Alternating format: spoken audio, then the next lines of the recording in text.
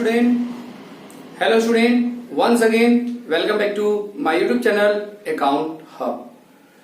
आज बेटा हम लोग जो बात करेंगे वो एक नए पॉइंट की बात कर रहे थे जो हम लोग चैप्टर नंबर 6 पढ़ रहे थे, procedure of debit and credits के जो प्रोसीजर को हम लोग पढ़ रहे थे उसी में हम लोग बात करेंगे कि किस तरीके से हम लोग क्लासिफिकेशन करेंगे। मैंने ये भी पढ़ा था कि अकाउंट कितने टाइप होते हैं, 3 टाइप के, पर्सनल, रियल, नॉमिनल। पर्सनल में कौन कौन से आते हैं, which are persons belong individual from institution, जो आते हैं उनको पर्सनल अकाउंट के नाम से जानते हैं। मीन्स इसका मतलब इसमें आर्टिफिशियल पर्सन होता है, नेचुरल पर्सन होता है, रिप्रेजेंटेटिव पर्सनल अकाउंट होते हैं। पर्सनल में 3 होते हैं। तो नेचुरल पर्सन मतलब विच person is created by God, जो क्रिएट किसके द्वारा होता है, गॉड। जैसे मैं, आप और सारे जो जितने भी ह्यूमन बींग्स हैं वो सारे लोग बिलोंग, उनके नेम्स जो होते हैं वो सारे क्या कहलाएंगे हमारे पास, जितने भी ह्यूमन बींग के नेम होंगे वो सब हमारे क्या कहलाएंगे बेटा, पर्सनल अकाउंट के नाम से कहलाएंगे। अच्छा, दूसरी बात आती है जितने भी institution, firm, school, hospital, etc के नेम्स होंगे वो सारे नेम्स क्या कहलाएंगे बेटा हमारे लिए, artificial personal account. Representative personal account का मतलब क्या होता है, किसी भी इनकम एंड एक्सपेंडिचर से प्रीफिक्स अगर कोई वर्ड अटैच कर दिया जाए इन 4 वर्ड में से, एक्योर्ड, अनक्योर्ड, इनकम के साथ में, एक्सपेंस के साथ में, प्रीपेड एंड आउटस्टैंडिंग वर्ड अगर प्रीफिक्स कर दिया जाता है तो वो भी क्या बन जाता है बेटा, कौन सा, आपका रिप्रेजेंटेटिव पर्सनल अकाउंट बनता है। हाँ, एक बात मैंने और बताया था कि जो पर्सन बिजनेस में इन्वेस्ट करता है, बिजनेस में ह्यूज अमाउंट लगाता है, उसका बिजनेस में नेम नहीं लिखते। वो कौन सा अकाउंट करता है, सेपरेट लीगल एंटिटी बोलता है कि बिजनेस और बिजनेसमैन का दोनों का जो अकाउंट होता है वो सेपरेट होता है। बिजनेस में बिजनेस के पॉइंट ऑफ व्यू से हम लोग रिकॉर्डिंग करते हैं, मीन्स बिजनेस से रिलेटेड एक्सपेंसेस को लिखते हैं, ना कि बिजनेसमैन से रिलेटेड एक्सपेंस को हम लोग लिखते हैं। इसलिए बिजनेस में जब भी ऑनर कुछ भी पैसा इन्वेस्ट करता है तो उसको लोग किसके नाम से जानते हैं, कैपिटल के नाम से जानते हैं। और जब भी वो विड्रॉ करता है तो उसके लिए कौन सा अकाउंट खोलता है, ड्रॉइंग अकाउंट खोलता है। तो इस तरीके से रिप्रेजेंटेटिव। और हमारा दूसरा क्या होता है बेटा, in personal account. In personal account which person is not belonging this category, इस कैटेगरी में पर्सन नहीं बिलोंग करते हैं तो इनको हम लोग impression account. Impression account is further classified in 2 types, first real account, second and last बोल सकते हैं उसको नॉमिनल अकाउंट्स के नाम से जानते हैं बेटा। रियल अकाउंट्स क्या होता है, रियल अकाउंट्स में which items physically exist in our society which is touch it, feel it, see it and break it, that is known as, उसको हम लोग किसके नाम जानते हैं, टेंजिबल्स रियल अकाउंट के नाम से जानते हैं। और दूसरा क्या होता है, फिजिकली एग्जिस्टेंस होता है but does only feel it, is called the intangible real accounts के नाम से। 2 होते हैं बेटा इंटेंजिबल रियल अकाउंट्स में, गुडविल, रॉयल्टी, पेटेंट, कॉपीराइट्स, जिसमें बिल्डिंग, लैंड वगैरह ये सब टेंजिबल होते हैं।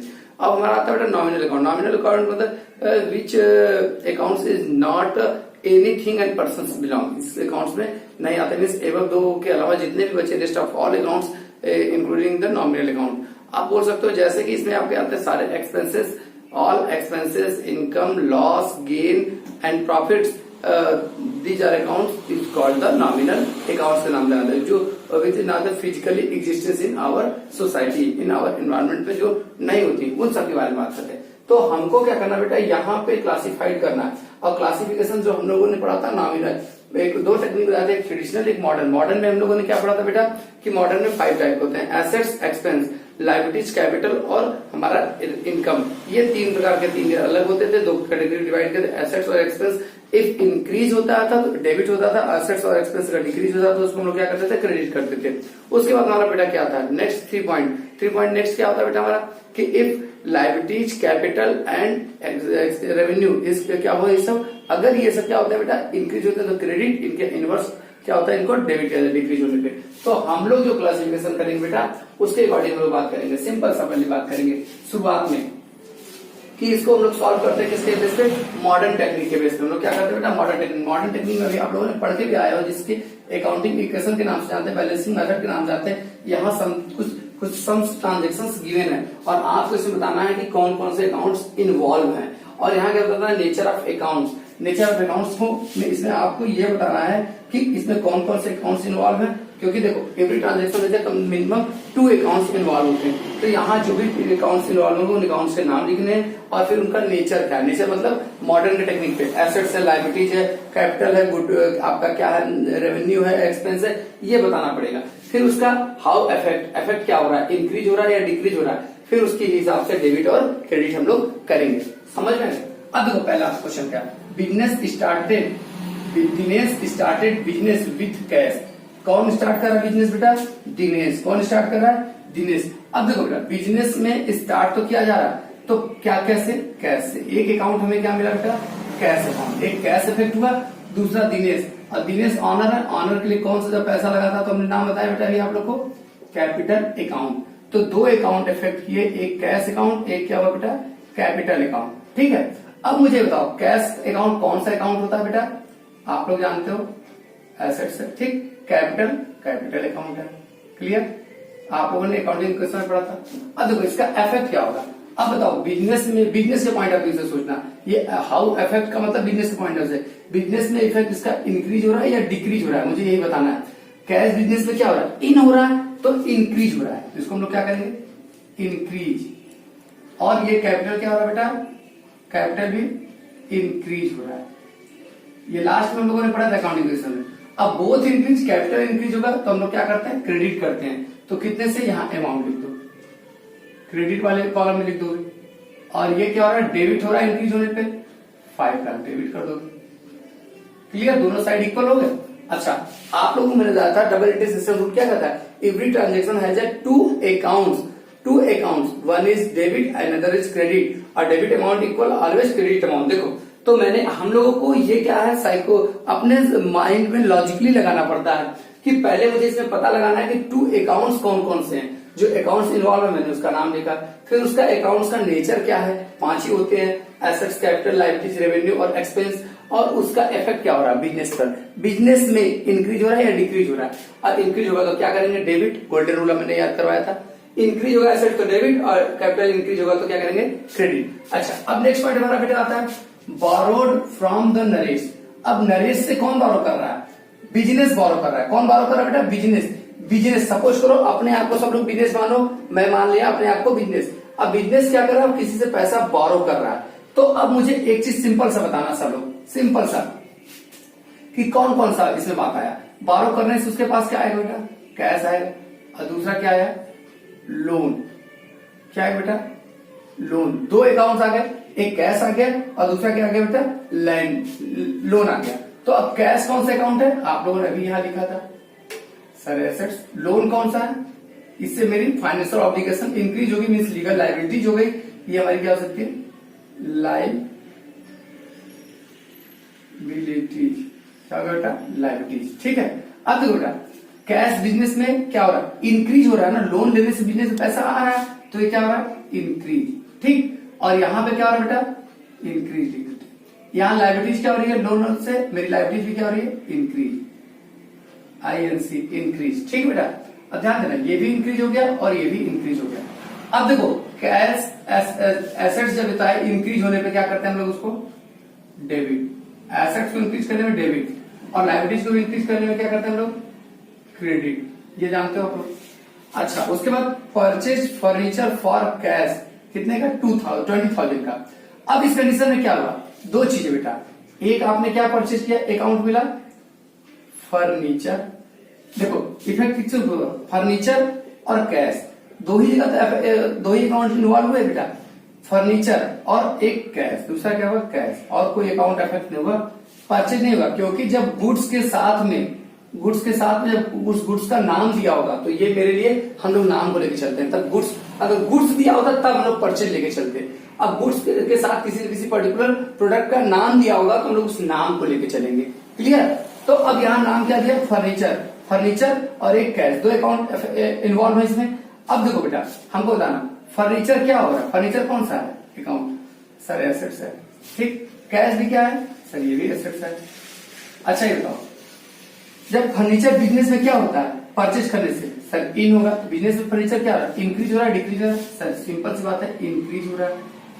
फर्नीचर क्या हो रहा है, इंक्रीज हो रहा है। अब एसेट्स क्या हो रहा है बेटा, कैश से डिक्रीज हो रहा है। क्या हो रहा है बेटा, डिक्रीज हो रहा है। क्लियर, तो अब देखो बेटा ध्यान से यहाँ पे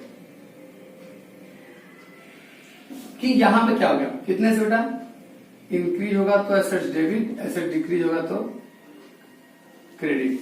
अब देखो बेटा next point, purchase goods for cash, कितना बेटा, 15,000। मैंने क्या किया बेटा, परचेज गुड्स फॉर कैश, कितना, 15,000। अब देखो यहाँ पे कोई भी प्रोडक्ट का नाम नहीं दिया है, गुड्स का नाम दिया, इसलिए इस कंडीशन में हम लोग क्या लेंगे, दो अकाउंट कौन कौन से इन्वॉल्व है, परचेज और कैश। एक क्या इन्वॉल्व बेटा, परचेज, और दूसरा क्या इन्वॉल्व है, कैश। अब बताओ परचेज कौन सा अकाउंट है सर, एक्सपेंस। एक्सपेंस कैश कौन सा अकाउंट है,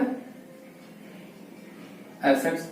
अच्छा, एक्सपेंस इससे क्या हुआ, बिजनेस में कोई चीज खरीद लोगे, एक्सपेंस आपका इंक्रीज हुआ डिक्रीज, सिंपल सी बात है, इंक्रीज हुआ। और एसेट्स क्या हो गया बेटा, इस कंडीशन में डिक्रीज हो गया। अब देखो एसेट डिक्रीज होता है तो उसको हम लोग क्या करते हैं बेटा, क्रेडिट। और एक्सपेंस इंक्रीज होता है तो हम लोग उसको क्या करते हैं बेटा, डेबिट। सिंपल सी बात, क्योंकि एक्सपेंस ही एसेट्स की कैटेगरी का है। अब देखो परचेज गुड्स फ्रॉम महेश, अब हमने क्या किया, गुड्स को परचेज किया, देखो फिर गुड्स है तो हम लोग क्या एक अकाउंट लेंगे, एक तो हम लोग क्या लेंगे, परचेज।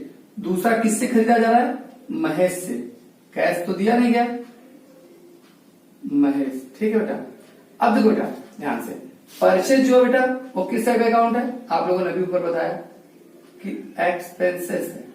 अच्छा महेश कौन सा है, महेश को भी मुझे फ्यूचर में पैसा क्या करना, पेमेंट करना, फाइनेंशियल ऑब्लिगेशन आ गया, तो ये क्या मेरा हो जाएगा, उससे क्रेडिट पे लिए है ना। महेश से गुड्स जब भी खरीदा जाए और कैश के बारे में ना कहा गया तो इसको क्या मान लोगे, ऑन क्रेडिट हम लोग टेंशन लेते हैं। नेम गिवन हो बट कैश नहीं गिवन तो उसको क्रेडिट मानते हैं। ये मेरी क्या हो जाएगी बेटा, लाइबिलिटीज। क्या हो जाएगी बेटा, लाइबिलिटीज। ठीक है। अब मुझे बताओ एक्सपेंस क्या हुआ इस कंडीशन में, सर इंक्रीज हो गया, लाइबिलिटीज भी क्या हो गया, इंक्रीज हो गया। अब मुझे बताइए यहां पे तो एक्सपेंस इंक्रीज होगा तो डेबिट, लाइबिलिटीज इंक्रीज होगा तो क्रेडिट। क्लियर, दोनों तरफ देखो अकाउंट सेम सेम जा रहा है। Sold goods for cash, cash में हमने गुड्स को सोल्ड किया, तो इस कंडीशन में दो अकाउंट है, एक कैश और एक सोल्ड का मतलब सेकंड फर्स्ट फॉर्म सेल। एक क्या है बेटा, कैश, और दूसरा क्या हुआ, सेल अकाउंट। अब बताओ मुझे बेटा कैश अकाउंट कौन सा अकाउंट होता है, कैश अकाउंट कौन सा अकाउंट होता है, कैश हमारा जो होता है बेटा शुरू से ऊपर से पढ़ते आ रहे हैं, एसेट्स होता है। और सेल कौन सा अकाउंट होता है बेटा हमारा, इनकम या रेवेन्यू बोल सकते हो इसको। ठीक बेटा, तो अब मुझे ये बताना सब एसेट्स, जब बिजनेस को कोई चीज बिजनेस से आउट हो रहा है तो कैश क्या हो रहा है, बिजनेस में इन हो रहा है, तो बिजनेस में कैश एसेट्स क्या हो गया, इंक्रीज हो गया। और गुड्स क्या हो रहा है, सेल करने से डिक्रीज हो रहा है। क्या हो रहा है बेटा, गुड्स मीन्स स्टॉक, स्टॉक क्या हो रहा है बेटा, सेल आपका कौन सा अकाउंट हो जाएगा, रेवेन्यू, डिक्रीज हो रहा है, इनकम मीन्स रेवेन्यू। अब रेवेन्यू क्या होगी इसके कंडीशंस में, सेल जो होगा रेवेन्यू, रेवेन्यू भी क्या हो गया बेटा, इंक्रीज हो जाएगी, रेवेन्यू भी क्या हो जाएगी, इंक्रीज। बिजनेस में सेल होगा तो मेरी रेवेन्यू क्या हो जाएगी, इंक्रीज। तो अब मुझे बताओ एसेट्स इंक्रीज हुआ इसलिए हम उसको क्या कर देंगे, डेबिट, और रेवेन्यू इंक्रीज है तो उसको हम लोग क्या कर देंगे, क्रेडिट। अच्छा, sold goods to Shyam on credit. अब गुड्स कैसे सोल्ड किया गया, श्याम को, एक श्याम को, और कैसे गुड्स सोल्ड किया, दो अकाउंट।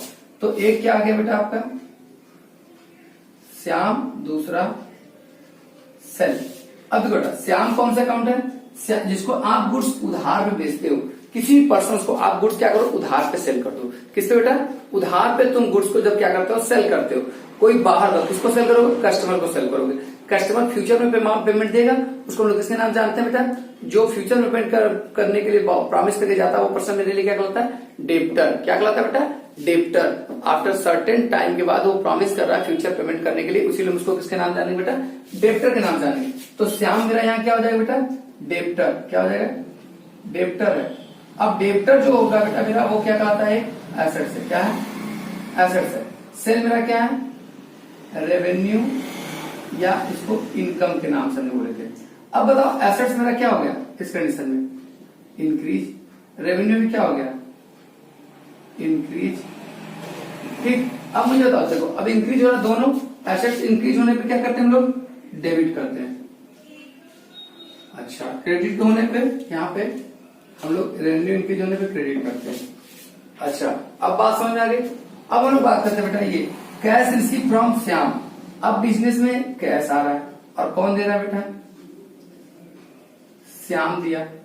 अब बताओ ध्यान से, कैश जो है, कैश क्या हुआ, कैश किस टाइप का नेचर का अकाउंट है, एसेट्स।